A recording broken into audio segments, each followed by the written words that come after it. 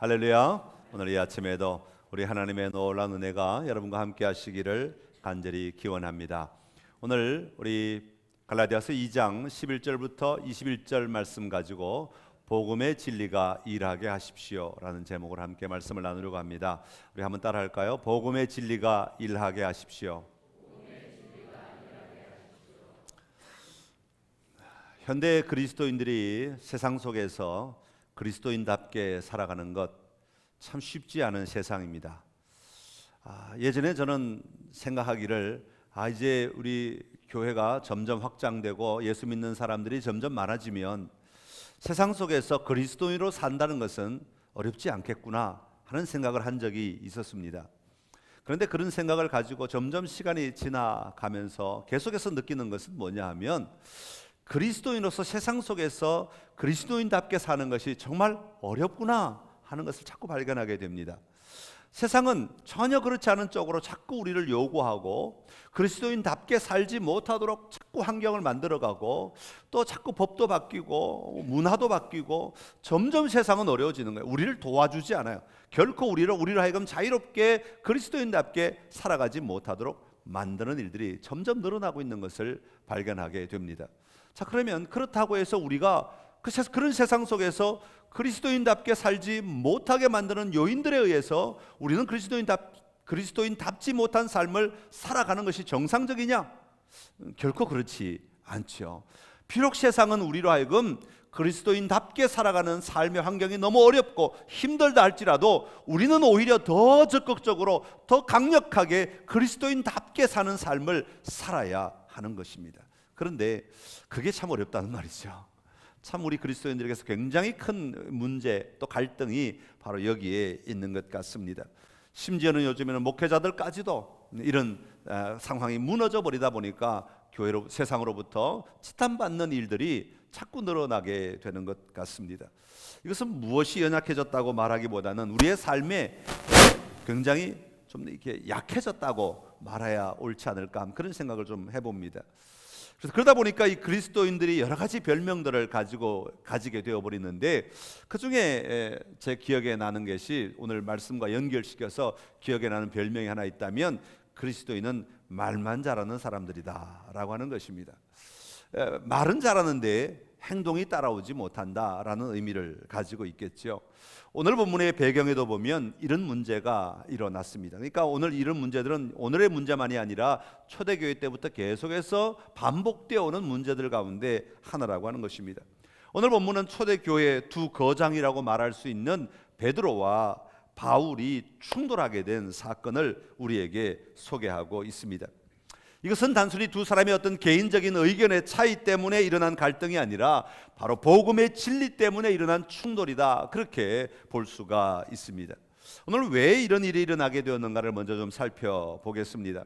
지난주에 다룬 갈라디아서 2장 전반부에서는 바울이 예루살렘에 방문한 이야기를 다루었습니다. 바울은 이방인의 사도이기 때문에 지도상으로 보면 위쪽에서 터키, 유럽이 위쪽에서 주로 사역하던 사람인데 예수님이 사역하셨던 예루살렘이 아래쪽으로 내려왔던 부분이 10절까지 나왔던 그 사건을 소개하고 있죠. 그래서 이 예루살렘에 내려와서 베드로와 야고보, 이 예루살렘 중심으로 사역하고 있는 유대인을 중심으로 사역하고 있는 사역자들을 만나게 되었고, 우리 지난주 마지막에는 친교의 악수를 나누었다 하는 이야기까지 우리가 함께 다루었습니다. 자, 그런데 오늘 11절부터는 이 상황이 이제 위치적 상황이 달라집니다. 지난주까지는 예루살렘에서 있었던 사건을 소개했다면 오늘은 안디옥이라고 하는 저 북쪽 위쪽 지역에서 일어난 사건을 다루고 있습니다. 자, 이 북쪽 지역은 예루살렘 갈릴리보다 훨씬 높은 지금의 레바논보다 훨씬 위쪽에 있는 터키 아래쪽이라고 말할 수 있는 그 지역이 굉장히 높은 지역이죠. 그러니까 완전히 이방 지역에 안디옥이 놓여져 있는데 이 안디옥이 배경으로 나오고 있는 곳입니다. 안디옥은 이방인 선교가 시작된 곳입니다. 사도행전에 보면 안디옥에서 비로소 제자들이 그리스도인이라 불리웠다, 그런 이야기도 나오죠. 자, 이 안디옥에 예루살렘에 있던, 거꾸로 지난주에는 안디옥에 있던 사도 바울이 예루살렘에 왔다면 오늘은 거꾸로 예루살렘에 있던 베드로와 야고보가 베드로가 안디옥으로 올라가게 된 것입니다. 베드로가 안디옥에 도착하여 그는 이방인 그리스도와 함께 식사를 하였습니다. 여러분, 한 번의 식사로 끝났다는 말이 아니라 계속해서 그들과 함께 식사하며 교제하였다 하는 식사의 습관을 가졌다, 이런 의미를 가지고 있습니다. 여러분, 자세히 생각해 보십시오. 사실 베드로는 유대인을 향한 복음 전도자였지요. 그래서 초창기에 보면 이 베드로는 이방인과 함께 식사하는 것, 이것 사실은 불가능한 사람이었습니다. 왜냐하면 유대적 사고로 가득 차 있었던 사람이죠. 그래서 이 베드로를 지배했던 사고방식은 율법이었고 습관이었고 관습, 유대인으로서의 관습, 유대인으로서의 전통으로 꽉 젖어 있는 사람이었습니다. 그렇기 때문에 이방인이 함께 식탁의 자리에 참여한다, 이건 있을 수 없는 이야기죠. 그런데 그런 베드로가 이 안디옥에 올라가서 이방인 도시에서 이방인들과 함께 어울려서 식사를 계속 그냥 고정적으로 한다, 이거는 베드로의 삶이 얼마나 많이 바뀌었는가 하는 것을 단적으로 보여주고 있는 좋은 예 가운데 하나입니다. 자, 그러면 베드로는 어떻게 이런 변화를 가져올 수 있었는가? 사도행전 10장 11장에 보면 이 베드로가 이런 이방인의 문제를 해결하게 해준, 이런 자기만의 틀 안에서 살아가다가 그것을 벗어나게 만들어준 계시를 받게 되죠. 하늘이, 옥상에 올라갔는데 하늘이 열리면서 하늘에서 보자기가 탁 내려오는데 그 보자기를 탁 열어보니까 짐승들, 네 발 달린 굽이 갈라진 짐승들, 다시 말하면 부정한 짐승들이 그 안에 가득한 거예요. 그러면서 하늘에서 음성이 들리기를 뭐라고 말하는 거니까 잡아먹어라 그런 거예요. 잡아먹어라. 아니, 이게 부정한 짐승이라고 하는 것은 유대인들은 절대로 먹어서는 안 되는 그런 고기들이에요. 지금도 유대인들은 안 먹는 고기들, 그런 짐승들을 잡아서 그 고기를 먹으라고 말하니까 도저히 베드로가 이거 받아들일 수가 없는 거예요. 그래서 베드로는 말하죠. 절대로 그럴 수 없습니다. 나는 이거 먹을 수 없습니다. 이거 부정한 것이라 먹을 수 없습니다. 그런데 계속해서 소리가 들려옵니다. 하나님이 깨끗하게 하신 것을 네가 속되다고 하느냐? 그렇게 말하지 마라. 그리고 먹어라. 3번이나 이 이야기가 반복이 됩니다. 그제서야 그는 이방인 백부장 고넬료의 집에 가게 되죠. 그러면서 바울을 만나게 되는데 그때 그곳에서 이렇게 설교합니다. 내가 참으로 하나님은 외모를 보지 아니하시는 줄 깨달았도다, 그렇게 말합니다. 그러니까 우리가 외모 가지고 하나님이 우리를 자녀 삼으시고 아니고 판단하지 않으신다. 그러니까 할례나 율법을 지키느냐 안 지키느냐 이런 것으로 하나님 우리를 받으시지 않으신다 하는 것을 발견하게 됩니다. 그리고는 거기서 이방인들에게 세례를 주고 그리스도인으로 되도록 만드는 일들을 하기 시작하죠. 자, 그런 베드로가 오늘 본문에 보면 이방인 도시인 안디옥에 올라와서 이방인과 함께 식사를 했다. 이건 이제 지금의 베드로로서는 너무나 자연스러운 일이고 너무나 당연한 일이고 너무나 마땅한 일입니다. 하나님의 계시를 받고 그가 변화되어서 생각까지, 그의 습관까지도 변화되어서, 그러니까 믿음으로 예수님을 믿는 것으로 끝나지 아니하고 예수님의 제자가 되는 것으로 끝나지 아니하고 그의 생각과 그의 풍습과 그의 사고방식까지 완전히 변화되어서 이제는 그것들이 전부 자연스러워지게 된 그런 상황이죠. 그런데 문제가 일어났다는 것입니다. 이런 자연스러운 식사 자리에 부끄러울 것도 없고 두려울 것도 없고 마음에 끓이낄 것도 없어야 하는 그런 식사 자리에 할례자들이 들어오는 것을 보게 되었다. 다시 말하면 정통 유대인들이 들어오는 것을 보게 되었다는 것이죠. 그럴 때 그 유대인들을 보자마자 그 베드로의 마음에 갑자기 두려운 마음이 일어나기 시작했어요. 무슨 두려움이었겠어요? 저들이 나를 보고, 이방인과 함께 같이 식사하고 있는 나를 보고 손가락질하면 어떡할까? 아마 그런 두려움이 아니었겠어요? 와, 저 사람이 과연 하나님의 제자 맞아? 하나님의 사람 맞아? 저 사람이 정말로 유대인 맞아? 저 사람이 정말로 하나님의 백성 맞아? 아마 이런 손가락질을 하지 않을까 두려웠던 것 같아요. 그래가지고는 바로 그 자리를 벌떡 일어나서 도망을 가버리고 말았어요. 베드로는 원래 도망을 잘 갑니다. 어떤 문제가 부딪히면 사람마다 성품이 있어요. 어떤 문제가 딱 부딪히면, 어떤 위기가 딱 오거나 아니면 어떤 문제가 딱 부딪히거나 어떤 갈등 상황이 딱 오거나 정말 자기 스스로 갑자기 해결할 수 없는 어떤 문제에 딱 부딪히면 사람마다 습관이 달라요. 어떤 사람은 그 자리에서 침착하게 문제를 풀어가기 위해서 머리를 착 돌려가면서 어떻게 하면 내가 이 문제를 풀어갈 수 있을까 하고 맞부딪히는 사람이 있는가 하면 어떤 사람은 베드로처럼 도망가는 사람이에요. 문제하고 부딪히면 그냥 사라져버려. 교회 일 열심히 하다 어느 날 보면 갑자기 사라졌어. 왜 그런가 보면 문제가 좀 있었대. 그래 문제를 풀어가면 되는데 그 별 문제 들어보면 별 문제도 아닌데 갑자기 사라졌어. 그러다가 한 석 달쯤 있다가 나타나시 다시. 그런 이제 다시 또 살아가셔. 그런 분들, 그러니까 이게 사람마다 성격이 다른 것 같아요. 그 베드로는 다혈질이고 맞아, 그 말이죠. 그죠? 베드로는 막 뭐든지 적극적이고 뭐든지 부딪혀서 잘 감당할 것 같은데 의외로 베드로는 이런 두려운 문제가 딱 부딪히면 도망을 가버려요. 언제 도망갔죠? 예수님 십자가 잡히시기 전에 재판 받으러 왔다 갔다 할 때 말이야, 옆에서 너도 급해가 한 페이지, 너도 유대인의 그 한 페이지 제자지 막 그러니까 두려워서 슬그머니 도망을 가버리고 마는 그런 사람이 바로 베드로였습니다. 오늘도 마찬가지입니다. 베드로는 두려움에 쌓여서 그랬는지 어찌하였는지 모르지만 그 자리를 피하여 도망을 가버렸다는 것입니다. 여러분, 도망가버릴 이유가 하나도 없고 도망가버릴 근거도 하나도 없고 도망가버릴 믿음의 그런 다른 잘못된 것 하나도 없음에도 불구하고 그는 도망가버렸다는 것이죠. 여전히 두려움에 쌓여서 무언가 자기를 지배하고 있는 그 두려움 때문에 도망을 갈 수밖에 없는 베드로, 그를 향해서 사도 바울이 뭐라고 말하는 거니까 이런 행동은 외식하는 것이다, 그렇게 말하는 겁니다. 위선이고 연기에 해당하는 것이다. 이런 신앙은 위선적인 신앙이다. 이런 신앙은 외식하는 신앙이다. 그렇게 아주 사도 바울이 그냥 단도직입적으로 그냥 베드로를 향해서 직격탄을 날려버리는 것입니다.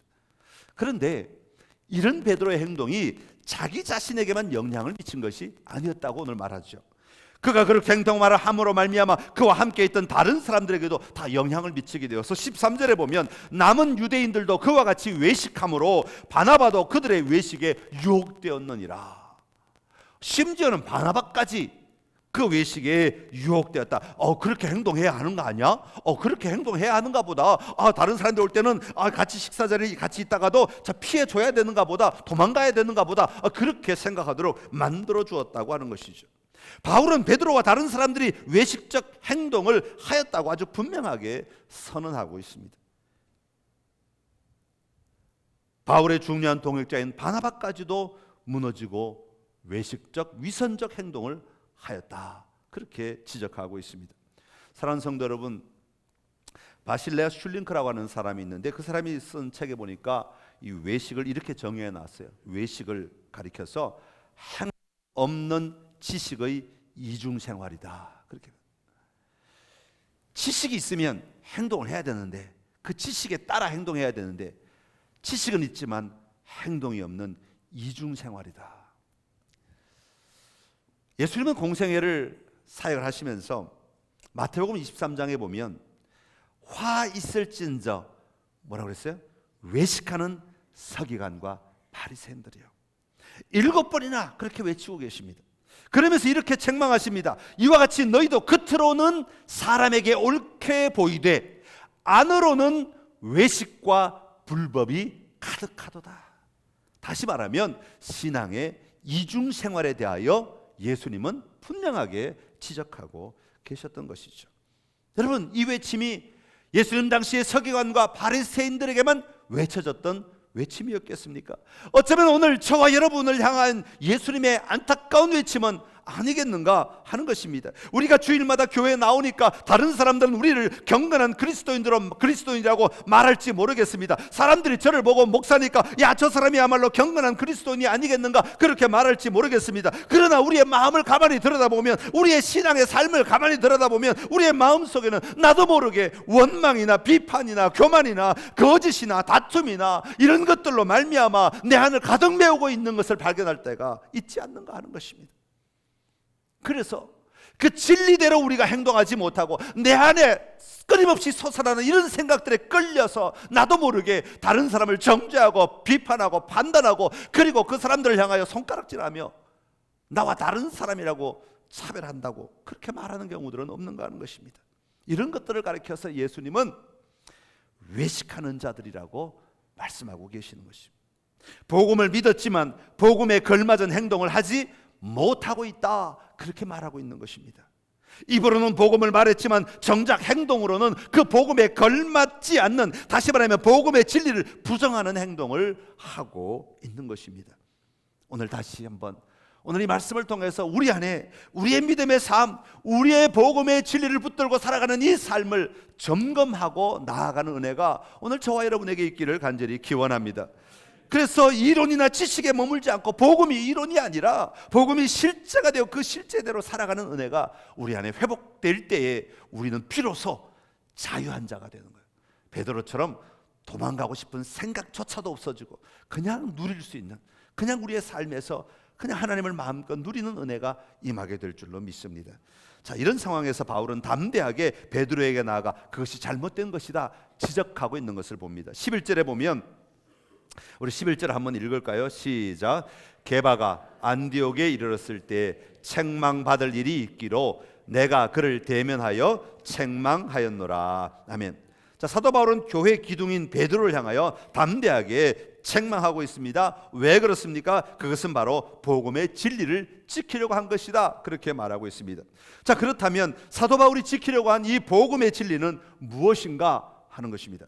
5절에도 보면, 이제 예루살렘에서 있었던 사건에는 5절에도 보면 거짓 형제들에게 한시도 복종하지 아니하였는데 이는 복음의 진리가 항상 너희 가운데 있게 하려 함이라, 그렇게 말합니다. 다시 말하면 예루살렘에서도 복음의 진리를 지키기 위해서 사도 바울은 담대하게 선포하는 것을 볼 수 있습니다. 그리고 오늘 14절에도 보면 이렇게 말합니다. 우리 14절 한번 읽겠습니다. 시작. 그러므로 나는 그들이 복음의 진리를 따라 바르게 행하지 아니함을 보고 모든 자 앞에서 게바에게 이르되 내가 유대인으로서 이방인을 따르고 유대인답게 살지 아니하면서 어찌 억지로 이방인을 유대인답게 살게 하려느냐 하였노라. 아멘.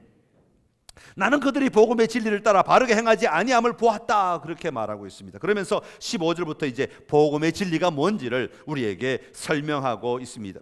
사도 바울은 말하기를 사람이 의롭게 되는 것은, 사람이 의로운 자가 될 수 있는 것은 율법의 행위로 말미암음이 아니고 어떻게? 오직 예수 그리스도를 믿음으로 말미암는 줄 안다, 그렇게 선포하고 있습니다. 죄인인 우리가 하나님의 심판 아래에 있었습니다. 그러나 그 죄 사함을 받게 된 것은 우리 자신의 어떤 행위나 공로, 우리가 어떤 율법을 지킴으로 말미암아 어떤 행위를 함으로 말미암아 우리가 그 복음을 받아들이고 죄 사함을 받아들이는 것이 아니라고 하는 것입니다. 이것은 철저하게 하나님의 은혜로 말미암아 우리가 죄 사함을 받게 된 것입니다. 그리고 하나님의 심판이 아니라 하나님의 자녀로 용납된 것입니다. 이것이 바울이 말하고 있는 복음의 진리입니다. 누가복음 15장에 나오는 잃어버린 아들의 비유에서 먹을 것이 떨어진 아들의 모습을 한번 상상해 보십시오. 완전 거지도 그런 거지가 없습니다. 돼지우리에서 일했습니다. 그런 그가 아버지 집으로 가서 종으로라도 살게 되면 좋겠다, 그런 마음으로 달려갑니다. 그때 아버지는 집 밖에서 기다리고 있다가 그를 맞이합니다. 그를 안아줍니다. 입을 맞춥니다. 아들을 안 하겠다고 떠나는 아들을 다시 아들로 받아들여 주신 것입니다. 아버지에 의해 아들로 수용이 된 것입니다.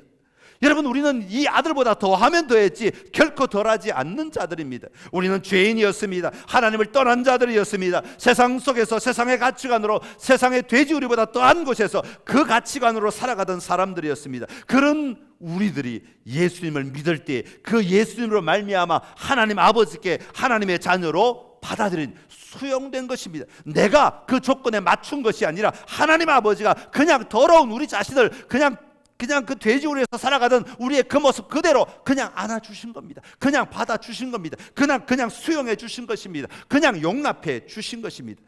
우리의 의나 노력이 아니라 하나님 아버지께서 그 사랑으로 그냥 받아주신 것입니다. 얼마나 기쁘고 놀라운 소식입니까? 여러분, 오늘 우리 안에 이 기쁨과 이 감격이 오늘 우리의 신앙, 우리의 믿음의 삶, 오늘 우리의 날마다의 삶을 지배하는 은혜가 되시기를 간절히 기원합니다.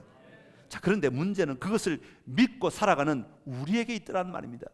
문제의 근원이 하나님에게 있지 않고 문제의 근원은 우리에게 있더라는 겁니다. 유대인이든지 이방인이든지 십자가 달리신 그리스도를 믿는 믿음을 통하여 의롭다 하시며 구원을 받게 되었습니다. 그렇다면 베드로가 유대인이라고 할지라도 이방인 신자들이 할례를 받지 않았다고 해서 그들과 함께 식탁을 나눌 수 없다면 어떻게 되겠는가 하는 것입니다. 하나님은 그런 법을 말씀하지 않으셨음에도 불구하고 베드로의 마음 안에는 식탁에서, 이방인과의 식탁 자리에서 도망할 수밖에 없도록 만든 것은 뭐예요? 베드로 안에 있는 생각이잖아요. 자기가 스스로 만든 법이잖아요. 자기가 스스로 만든 가치잖아요. 가치. 내가 여기 같이 있다가는 문제가 일어나겠다 스스로 만들어가지고 스스로 그 법에 의하여 자기가 행동하게 된 거잖아요. 하나님이 가르쳐 준 거 아니에요. 하나님이 그렇게 하라 말씀하신 거 아니에요. 자기가 스스로 만들어 놓고 자기가 스스로 그 법에 따라 행동한 것이라, 그 말입니다. 바울은 그게 잘못됐다는 것입니다.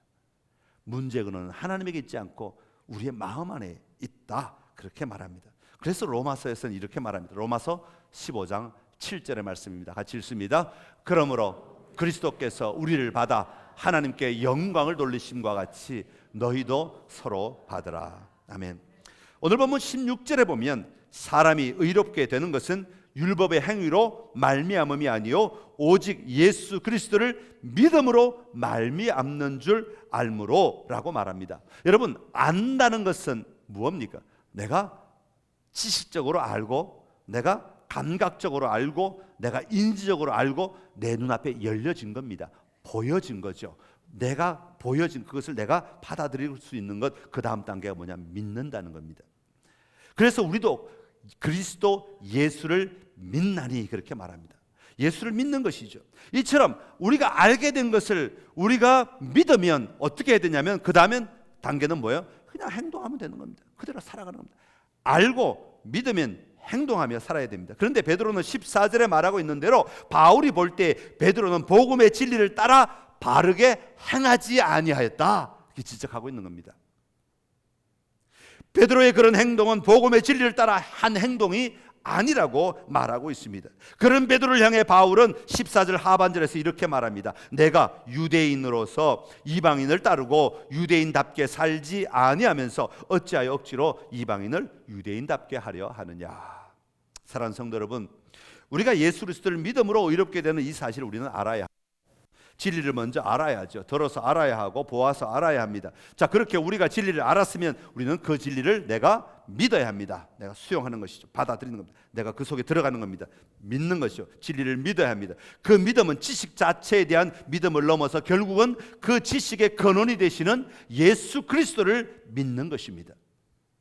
그 지식이 실제가 되어주신 예수 그리스도를 믿는 것을 믿는다, 그렇게 이야기하는 겁니다. 내 지식으로 믿고 내 마음으로 믿고 내 영으로 믿고 내 삶으로 믿어야 합니다. 그렇게 알고 믿으면 자연스럽게 나오는 현상이 뭐냐면 바로 우리는 그대로 사는 겁니다. 복음의 진리에 따라 바르게 행동하는 자가 되어야 한다는 말이죠.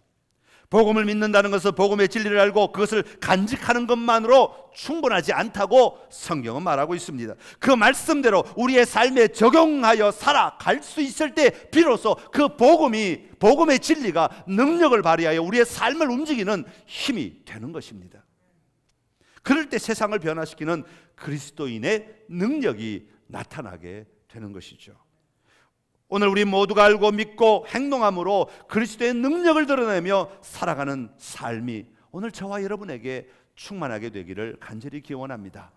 죽어있는 그리스도인이 아니라 살아있는 그리스도인으로서 오늘 이 땅을 살아가는 우리의 모습이 되어야 할 줄로 믿습니다. 자, 그렇다면 우리는 복음의 진리를 어떻게 받아들이고 누려야 하겠는가 하는 것입니다. 그 해답은 오늘 사도 바울이 말하고 있는 대로 이 복음의 진리가 우리를 다스릴 때에만 가능하다는 것입니다. 내가 복음의 진리를 다스리는 것이 아니라 복음의 진리가 나를 다스려야 된답니다. 내가 복음의 진리를 다스린다는 건 어떤 경우냐 하면 그거 믿습니다. 그런데 이때는 좀 복음의 진리 잠깐 머물고 있고 내가 원하는 대로 내가 그걸 컨트롤하는 거예요. 내가 그 내용도 조정하고 그 적용 범위도 조정하고 내가 그 모든 상황들을 조정하는 거예요. 그렇게 하는 것이 아니라 복음의 진리가 나를 다스리기 시작해야 된다. 복음의 진리가 우리 안에서 일해야 되고 복음의 진리가 나를 움직여야 하고 율법이 나를 다스리고 지배하는 원리가 아니라 복음이 나를 다스리고 지배하는 원리가 되어야 한다, 그렇게 말하고 있습니다. 왜 그렇게 되어야 하겠는가? 19절에서 사도 바울은 이렇게 말합니다. 우리 19절 말씀 같이 읽겠습니다. 내가 율법으로 말미암아 율법에 대하여 죽었나니 이는 하나님에 대하여 살려 함이라. 아멘. 자, 여기서 사도 바울은 내가 율법으로 말미암아 율법에 대하여 어떻게 되었다고요? 죽었다고 말하고 있습니다. 앞으로 죽을 것이다가 아니라 이미 죽었다, 과거형입니다. 죽었다, 그렇게 말하고 있습니다. 20절에도 마찬가지입니다. 내가 그리스도와 함께 십자가에 못 박혔나니 십자가에 못 박힐 것이다가 아니라 이미 내가 십자가에 못 박혔다는 겁니다. 왜? 예수님이 과거에 이미 십자가에 못 박히셨기 때문에 나도 지금이 아니라 이미 그때 함께 십자가에 못 박혔다 과거형입니다. 이미 죽었다. 십자가에 못 박혔다는 말은 십자가 위에서 죽었다는 말이죠. 이미 나는 죽었다, 그런 의미를 가지고 있습니다. 우리가 예수 그리스도를 믿을 때 우리도 그리스도와 함께 십자가에 못 박혀 죽고 그 결과로 율법에 대하여도 죽었다, 그렇게 선포하고 있는 겁니다. 이 말은 죄에 대하여도 죽고 세상을 향하여서도 죽었다는 말입니다. 여러분, 죽었다는 말의 의미가 무엇입니까? 죽었다는 말은 더 이상 그것이 나를 지배할 수가 없다는 말입니다. 그것이 나에게 더 이상 영향력을 끼칠 수가 없다는 말입니다. 그것에 죽은 것은 아무 힘도 없고 아무 능력도 없고 아무 권세도 없고 아무런 일도 할 수 없는 상태를 죽었다고 이야기하는 것입니다. 그러기에 우리는 그것으로 말미암아 죽었다면 우리는 그것으로부터 자유한 자가 되었다는 의미이기도 한 것입니다. 율법에 의하여 율법이 죽었다고 말하는 것은, 율법으로 말미암아 율법에 대하여 죽었다고 말하는 것은 더 이상 율법이 나를 지배해서는 안 된다고 하는 거죠. 지배할 수도 없다는 것을 이야기하고 있는 것입니다. 더 이상 율법에 의하여 우리가 의로워질 수가 없다는 말이고, 이 말은 바꾸어 말하면 오직 예수 그리스도를 믿음으로 말미암아 의로워질 수 있다는 것을 이야기합니다. 그런데 문제는 무엇입니까? 왜 많은 그리스도인들이 참된 자유를 누리지 못하고 살아가고 있습니까? 그것은 바로 우리가 예수님을 믿어 의롭게 되었다고 말은 하는데, 내가 말은 할 수 있는데 실제로 우리 스스로를 생각할 때 내가 의로운 존재라고 생각되지 않는 데 문제가 있는 겁니다. 그렇죠? 집에 가면 내가 과연 그 정도 될까? 하나님이 의롭다고 말할 수 있는 존재가 될까? 자기도 모르게 자꾸 그런 생각을 하는 겁니다. 왜 그렇습니까? 나를 보니까 내가 의로운 행동을 하지 못하는 것 같고 내가 의로운 사람으로 선포될 자격도 없는 것 같아 보입니다. 그런데요, 여러분, 이것은 우리의 착각이라는 겁니다. 우리의 잘못된 생각입니다. 하나님의 입장에서, 아버지의 입장에서 하나님이 우리에게 말씀하시길 우리는 자유하다고 말씀하고 있습니다. 너희는 의로운 자라고 이미 선포하셨습니다. 그러기에 죽었다, 율법에 대하여 죽었다고 이미 선포하셨습니다. 그런데 나는 아직도 덜 죽었다고 말한다면 뭐가 잘못된 겁니까? 하나님은 이미 의사는 이미 죽었다고 선포하는데 죽은 자가 또 생각은 못하죠. 그게 정상적이죠. 근데 죽은 자가 난 아직 덜 죽었어 이렇게 생각한다면 말이 안 되잖아요. 의사가 죽었다고 선포했으면 그 사람은 더 이상 자기 자신이 죽었다고 하는 생각조차 할 수 없는 존재가 이미 되어 버린 것입니다. 상태는 완전히 바뀐 것이에요. 그런데 그 시체가 난 아직 안 죽었어 그렇게 생각한다면 이건 말이 안 되는 거란 말이죠. 근데 우리는 말이 안 되는 이것을 우리는 지금 하고 살아간다는 거예요. 말도 안 되는 삶을 살아간다는 거죠. 사랑하는 성도 여러분, 오늘 여러분의 존재는 이미 율법에 대하여 죽은 존재입니다. 죄에 대하여 죽었습니다. 그래서 하나님 우리를 새로운 피조물이라고 말씀하십니다. 이제는 우리가 죄에 대하여 묶여 있지 않고 그리스도 안에서 자유함을 누리는 자들이 되어야 하는 겁니다. 제가 영화 제목이 잘 기억이 안 나는데 설교 준비하다가 갑자기 생각난 영화 한 장면이 있습니다. 감옥에서 살던 사람들이 이제 형기를 마치고 밖으로 나온 사람 이야기인데, 무슨 죄 때문에 그렇게 오래 살았는지 모르겠는데 젊을 때 들어가서 할아버지가 돼서 감옥을 나오게 됩니다. 그러니까 이 사람의 일생은 감옥에서 살았어요. 감옥은요, 주는 것 먹고 뭐 아주 단순한 삶이잖아요. 하려는 것만 하고 가지 못할 것 담은 넘어가면 안 되고 뭐 이런 거, 아주 수동적인 삶을 살아가는 것이 감옥이라고 말할 수 있죠. 여기서 평생을 산 겁니다. 그런데 온몸에 감각이나 태도나 가치나 사고방식이 다 여기에 꽉 젖어 있겠죠. 할아버지가 되어서 형기가 끝나가지고 이제 사회로 나옵니다. 그런데 적응할 수가 없어요. 왜냐하면 여전히 감옥에서 살던 습관들이 있어요. 그래서 가만히 앉아있으면 밥을 갖다 줄 줄 알아요. 아무도 안 갖다 줘. 가만히 있으면 누군가 돈을 갖다 줄 줄 알아. 아무도 돈을 안 갖다 줘. 가만히 앉아있으면 굶어 죽게 생겼어. 바뀌잖아. 감옥 속에서만 살다 보니 세상을 사는 원리를 모르고 방법을 배우지 않아. 모르는 겁니다. 감옥에서 살던 방식으로 자꾸 살려고 하니까 자꾸 문제가 일어나는 것을 제가 보았습니다. 여러분, 우리는 자유한 자입니다. 더 이상 죄의 감옥에서 사는 자들이 아닙니다. 신분이 바뀌면 생각도 바뀌어야 합니다. 신분이 바뀌면 사고방식도 바뀌어야 합니다. 신분이 바뀌면 태도도 바뀌어야 합니다. 그런데 우리는 옛날에 가졌던 그 태도, 그 습관들, 그 가치들, 세상의 가치들을 자꾸 붙들고 살아가려고 할 때에 우리 안에 이런 이중생활이 일어나게 된다는 겁니다.